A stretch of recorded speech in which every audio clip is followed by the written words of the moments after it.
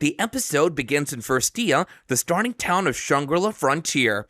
A heavily armored player from a high-class clan is making waves, intimidating the lower-level players in the town. We find out the high-level player is looking for Rockero in the town, but what type of high-level player would possibly go all the way searching for a specific beginner while only knowing their real-life name and naming habits? Of course, the culprit is revealed to be Stalker Girl number 1 from the last episode, better known as Ray, who, thankfully, couldn't find her fated Birdman. Now let's get back to Sunraku, who's going one-on-one against the arena boss Ravenous Snake, who's blocking the bridge towards the town's second dale.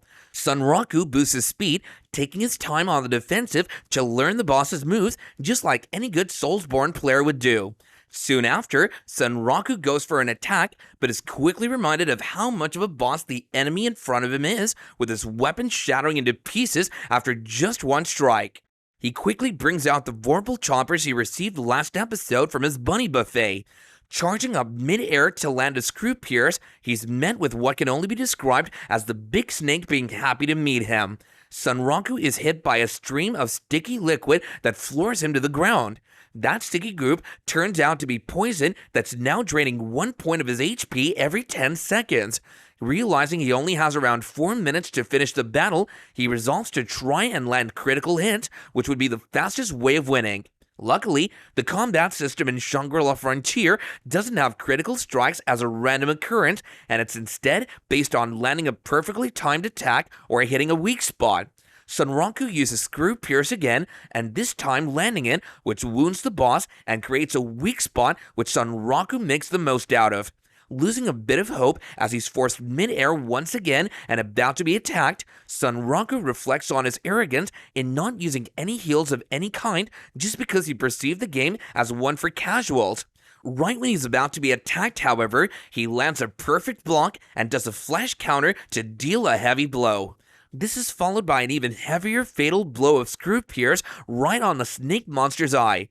Leveling up and getting loot from defeating the area boss, Sunraku realizes how the poison is still eating away at his HP and how it will kill him unless he does something immediately. He makes a run for second dale while putting his level up points towards agility and stamina, deciding to just hopefully find an inn to register his respawn point. Outside the town of Secondale, a battle for love is being fought with a lucky man with the girl of his dreams who he's been able to rope into playing with him.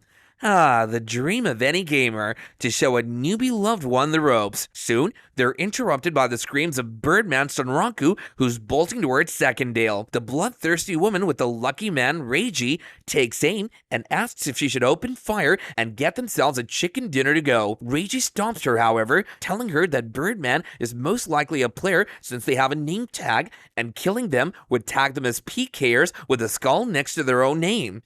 Reiji guesses Sunraku must have been poisoned by the area boss nearby, as he remembers what it was like when he first started out.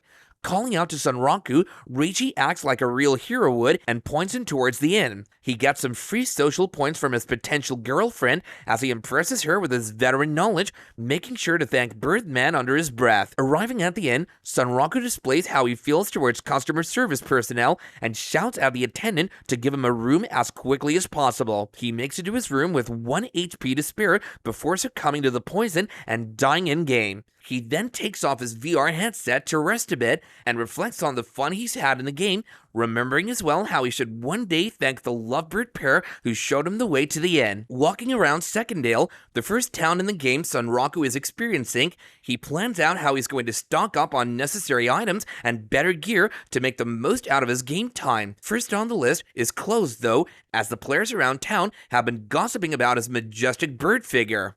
Sunraku stops by a clothing store and buys the cheapest clothes he can just to cover his body, not really caring for stats. He also stops by a blacksmith to potentially sell a stone goblin loot to no avail. The weapons for sale also don't pique his interest, as the blacksmith tells him how his own vorpal choppers are pretty rare and he'd have to go find some ore for him to craft with to get anything better. Because of this, Sunraku heads to mine at the Dire Marsh Waste. Unluckily, Sunraku continuously gets stoned from the mining veins and in 30 minutes has only gotten 2 of the at least 5 or 6 gray ore he needs for a new weapon. He also complains about the marsh mud that makes it hard to move around and the cheap pickaxe he's using that's too heavy. As he's mining, he's disturbed by a frog who he thought was his friend and gets splashed on by mud. Having enough of his frustrations, he does as any normal man would do and lets out his anger in the form of animal cruelty. The frog is flipped over unconscious by Sunraku's precise pickaxe throw. Realizing how his own new armor is made of frog leather that has slash resistance, he slowly makes his way to the frog with the goblin axe in hand to finish what he started. Some other players pass by, and Sunraku realizes that with summer starting, there's only going to be more players scrambling for materials.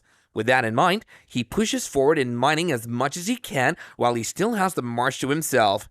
Now, with a good amount of ore to show for it, the blacksmith is amazed by how much he got in only a few hours. Part of his spoils even included a marsh coffin fossil, which the blacksmith says he could make into a special-looking pair of marsh daggers. Sunraku then walks around town for a bit while waiting for it to be made. The new daggers reduce durability consumption by half, something that blends really well with Sunraku's playstyle, which he acknowledges himself. The blacksmith makes sure to also tell Sunraku to come back to him next time when he has materials, as he's also capable of upgrading gear besides just crafting. Raise, as apparently upgrading is barbaric to blacksmiths who treat weapons as children, which they sell to anyone with money. Sunraku is impressed by the NPC's dynamic speech, as he's suddenly warned about moving out at night, as mobs at night are stronger than usual. Of course, with the new info in mind, he sets out at night to fight monsters as his death debuff finally runs out. Back with the Gojo Snake area boss, Rei Saiga is thinking about where Sunraku could possibly be. She beheads the snake in one hit kill as she thinks about how if anyone could make it to Secondale without going to the starter town, it's Sunraku. Back at the Dire Marsh Waste, Sunraku is fighting against a red-capped goblin from D&D. He finds the goblin to be a little too OP, even compared to the other monsters he's fought at night, which have helped him get stronger. Sadly, the goblin's agility, feints, and high combat experience isn't the worst thing about it just yet, as it's also able to call in more red-capped goblins to help out. Just as Sunraku is thinking about running, he realizes that's not what he's about, and this situation is exactly what he, and I quote, gets off on. As Sunraku starts to have fun fighting the goblins and realizes how he's been getting addicted to the game, the enemies all of a sudden get blown away and die. Now, before Sunraku's very eyes, the real essence of Shangri-La Frontier showed itself. The unique monster Lycagon, the Night Slayer. As Sunraku encounters a unique monster for the very first time, we then see a computer inside some building in the real world showing how Shangri-La Frontier's story progress is still at 0%. And that's all for today. Thanks for watching today's episode. Hope we meet up again next time for the next anime recap.